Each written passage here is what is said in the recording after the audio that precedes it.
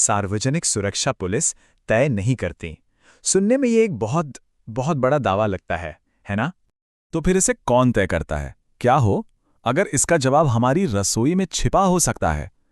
ये एक ऐसा आइडिया है जो क्राइम और सेफ्टी के बारे में हमारी हर सोच को पूरी तरह से बदल सकता है। तो चलिए आज हम क्राइम के कारणों को एक बिल्कुल ही अलग एंगल से देखते हैं। एक ऐसा एंगल जो पुलिस की गाड़ियों, हथकड़ियों और कोर्ट कचहरी से बहुत दूर, सीधा हमारे खाने की प्लेट तक जाता है। एक मिनट, यहां हम कोई बड़े सोचे समझे क्राइम की बात नहीं कर रहे हैं। नहीं, हम बात कर रहे हैं छोटे, अचानक गुस्से में या बिना सोचे समझे किए गए अपराधों की, जैसे चोरी चकारी, मामूली कहासुनी में मारपीट या तोड़फोड़। अब सवाल यह है, क्या हो अगर इन कामों के पीछे की असली वजह सामाजिक न होकर बायोलॉजिकल हो? चलिए इसी छिपे हुए गैप को समझते हैं। देखिए, होता क्या है कि दो फील्ड्स हैं जो इस टॉपिक के बहुत करीब हैं, लेकिन कमाल की बात यह है कि ये दोनों हमेशा अलग अलग ही काम करती रहीं, और इसी वजह से एक बहुत जरूरी कनेक्शन पर किसी का ध्यान ही नहीं गया। ये देखिए, एक तरफ है क्रिमिनोलॉजी, जो गरीबी, पढ़ाई लिखाई सोशल फैक्टर्स पर फोकस करती है, और दूसरी तरफ है न्यूट्रिशन साइंस, जो सेहत और शरीर से जुड़ी है। और इन दोनों के बीच की जो ये जगह है ना, जहां हमारा खान पान और हमारा इम्पल्सिव बिहेवियर, यानी बिना सोचे समझे किया गया काम आकर मिलते हैं, बस यही वो एरिया है जिसे अक्सर अनदेखा कर दिया जाता है। तो सवाल उठता है, क्या इस आइडिया को सपोर्ट करने के लिए कोई असली सबूत भी है? जी हां, बिल्कुल है। चलिए कुछ बड़ी साइंटिफिक स्टडीज पर नजर डालते हैं जो इन डॉट्स को कनेक्ट करती हैं और इस पूरी कहानी को एक नया मोड़ देती हैं। 37%, ये कोई छोटा मोटा नंबर नहीं है। ये शौंतलर की एक जेल स्टडी का नतीजा है, जहां सिर्फ एक छोटे से बदलाव की वजह से हिंसक घटनाओं में इतनी बड़ी गिरावट देखी गई। और वो बदलाव क्या था? वजह जानकर आप चौंक जाएंगे। ये गिरावट आई सिर्फ एक मामूली विटामिन मिनरल सप्लीमेंट देने से। और सुनिए, ये कोई ऐसी वैसी स्टडी नहीं थी। ये ब्रिटेन और अमेरिका की जेलों में किया गया एक रैंडमाइज कंट्रोल ट्रायल था, जिसे साइंस में सबूतों का गोल्ड स्टैंडर्ड माना जाता है। और ये कोई इकलौती स्टडी नहीं है। कई बड़ी रिव्यू स्टडीज ने बार बार ये दिखाया है कि कैसे कुछ खास माइक्रोन्यूट्रिएंट्स की कमी सीधे सीधे हमारे उस बिहेवियर से जुड़ी है जो क्राइम से रिलेटेड है। जैसे जिंक की कमी ध्यान भटकाती है, आयरन की कमी गुस्सा बढ़ा सकती है, और मैग्नीशियम की कमी हमें ज्यादा इंपल्सिव बना सकती है।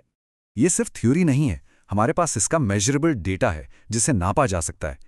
कई स्टडीज साफ दिखाती हैं कि जैसे ही शरीर में आयरन, जिंक या मैग्नीशियम का लेवल एक खास पॉइंट से नीचे जाता है, वैसे ही नेगेटिव बिहेवियर के स्कोर बढ़ने लगते हैं। ये एक सीधा सीधा बायोलॉजिकल कनेक्शन है।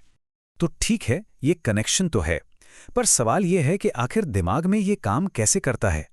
चलिए अब इस क्या से कैसे की तरफ बढ़ते हैं और देखते हैं कि खाना हमारे इंपल्स कंट्रोल को कैसे अफेक्ट करता है। इसे समझने के लिए एक कार के ब्रेक सिस्टम के बारे में सोचिए। हमारे दिमाग में जो प्रीफ्रंटल कॉर्टेक्स होता है ना, वो हमारी गाड़ी का ब्रेक है। ये अचानक आने वाले इंपल्सेस को कंट्रोल करता है। अब जब हमें जिंक और आयरन जैसे जरूरी मिनरल्स नहीं मिलते, तो हमारे दिमाग के केमिकल मैसेंजर्स यानी न्यूरोट्रांसमिटर्स ठीक से काम नहीं कर पाते। नतीजा, दिमाग का ये ब्रेक सिस्टम कमजोर पड़ जाता है, और फिर अचानक आए किसी आवेग पर ब्रेक लगाना मुश्किल हो जाता है। तो सबसे जरूरी बात समझिए, ये मामला सही गलत या बुरी नीयत का है ही नहीं। ये मामला है फिजिकल क्षमता का।